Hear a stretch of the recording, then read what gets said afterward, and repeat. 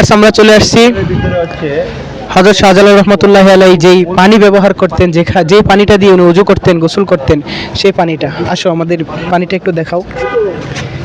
এই হচ্ছে সেই পানি, যে পানিটা শাহজালাল রহমতুল্লাহি আলাইহি এখান থেকে ব্যবহার করতেন। আসেন আমরা একটু আমাদের উস্তাদজি থেকে মূল বিষয়টা জানি। আমরা আমাদের হুজুর থেকে একটু আসসালামু আলাইকুম।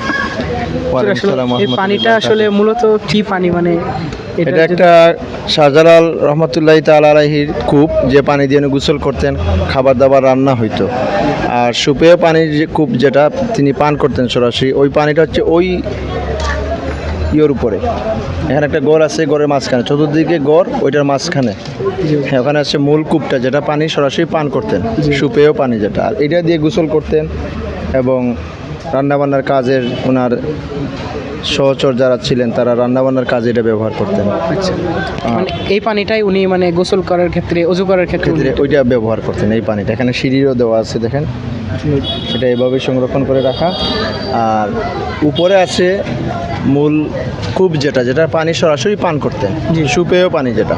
তো ওইটা একটা বিশাল বেষ্টনীর ভিতরে আছে, প্রয়োজন ছাড়া সেটা খোলা হয় না এবং দিনের বেলা ম্যাক্সিমাম খোলা থাকে।